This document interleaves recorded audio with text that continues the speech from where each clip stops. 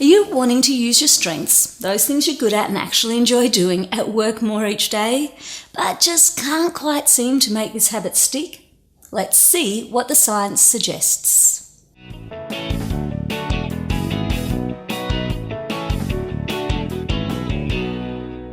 Hi there, Michelle here from McQuaid TV. We're helping you find ways to move from functioning to flourishing by putting the latest science to the real-world test. Now, lately, I've been wondering if you really have the chance to do what you do best each day at work. Don't you take a moment and think about it? Do you have the chance to do what you do best each day? Not just now and again, and not even just most days, but each and every day. Do you have the chance to do what you do best? You see, I believe that there's greatness to be found in each of us. I also believe that most of us are living well below our potential, and that the future of the world relies on us choosing to wake up each morning and do what we do best for the good of ourselves and for others. But let's be honest, most of us are too busy just trying to keep up with the lives we've created to find the time, never mind the energy, to use our strengths most days at work. Given a growing body of research has been finding that developing our strengths can help us to feel more confident, energized and happy, however, doesn't being too busy or feeling too tired seem like the worst reasons in the world not to start consistently doing a little more of what you do best each day? And for me, after spending 6 months dragging my feet into a job I no longer enjoyed, I decided that something finally had to give. And so I decided to see if I could find an excuse-proof way to shrink this change and start putting my strengths to work and seeing if I could reap the benefits. Want to know how I finally made this change stick? Well, drum roll please. Now, aware that researchers estimate that about 40% of our days are mere habits, around 6 hours, I decided to try and make sure that at least 10 minutes each day was spent developing my strengths. And the 10 minutes was simply that I could fit it in on even the busiest days. After discovering what my strengths were by taking the free VIA survey, it became clear to me that one of the reasons I wasn't enjoying my job anymore was that I had no outlet for my strength of curiosity. So I decided to start spending 10 minutes each day using my curiosity to discover one new idea about how to bring out the best in people at work and think about ways to apply it to my team. How hard could it be? Well, the first couple of mornings, my new curiosity habit worked beautifully. I enjoyed what I read, I noticed that learning something new lifted my spirits, and then days slipped by and I hadn't managed to do my habit even once. How could this be when using my strengths more was a change I really wanted to be making in the way that I was working? Well, turns out that I was missing the two most important steps in creating habits that last. You see, Professor Anne Graybill has discovered that our habits run on a simple neurological loop of cue, routine, and reward. And instead of just expecting our limited supply of willpower to be enough to make our habits work, these neurological levers make it easier to program our brains for our desired behaviours. Now, cues trigger our habits off. So initially, I tried anchoring my new strengths routine to an existing habit that happened every morning at work, turning on my computer. But over the next few days, I found that too often, the temptation to just take a quick look at my emails meant that an hour could go by and I was no closer to practicing my curiosity routine.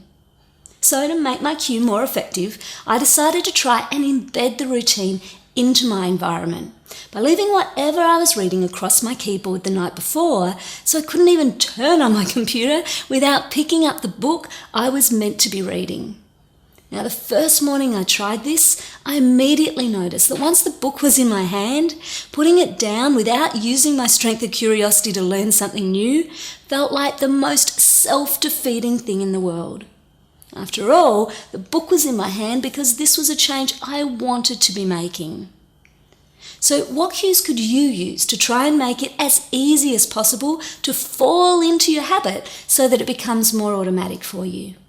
You'll find most habits are easier to start earlier in the day than later because this is when your levels of willpower are generally much higher. Now, rewards help us to remember that this habit was worth doing. And this is where I find most people go wrong when it comes to putting our strengths to work. Because using our strengths has so many natural benefits, like helping us to feel more confident, energized, and happy, we think that simply using our strengths will be reward enough. Now, for some of us, this will be absolutely true. But in my experience, most of us need just a little more incentive to really make our strength habit last. What I've found is that the more compelling the reward, the easier it is to get the habit working. So what is it you really want? Now, sadly for me, when I first get to work, what I really want to do is open my emails. What can I tell you? It's like an itch that has to be scratched. So by making the opening of my emails the reward for practicing my curiosity routine, I was soon executing my strength habit each morning in order just to get to those emails. Now, whatever reward you try to make it something that you really want. Could be a morning cup of coffee, a walk at lunchtime, time to check in with a friend, packing up to go home, watching cat videos on YouTube, whatever is rewarding for you. Doesn't matter what the reward is, as long as you really want to complete your strengths habit rather than miss out on the reward. So there was an 11-minute strength habit you could create to do more of what you do best each day. Where would you start? If you'd like a free step-by-step guide to putting your strengths to work, then head on over to strengthschallenge.com and design your own daily strengths habit right now.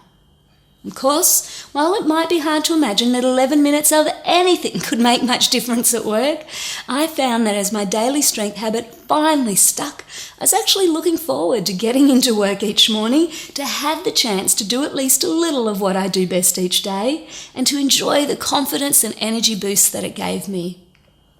And wanting to spread the joy of what I was learning, I also started emailing my boss each Friday the 3 things I'd learnt that week about bringing out the best in people and how I'd applied it to my team. And eventually, 9 months and 36 emails later, he called me into his office and said clearly they weren't tapping into my potential.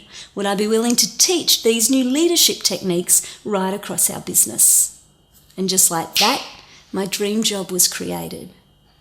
You see, here's the other thing I learned.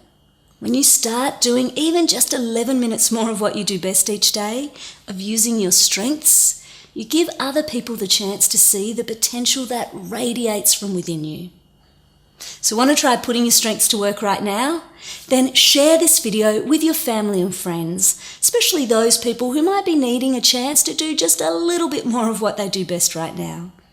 And of course, if you'd like more practical and playful ideas from the latest science on human flourishing, then be sure to subscribe or stop by michellemaquaid.com and leave your name and email address so you can hear all our news first. In the meantime, thank you so much for watching Shell McQuaid TV. Remember, you are good enough, so don't be afraid to let your strengths shine. Until next time, take care.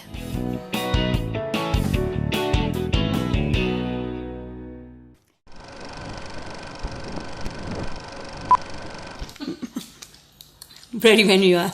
Recording. What? What do you mean? 9:30 in the morning's too early to reward yourself. And in my habit, this is my reward. Alcohol and chocolate. What could go wrong? What do you mean it's a slippery slope?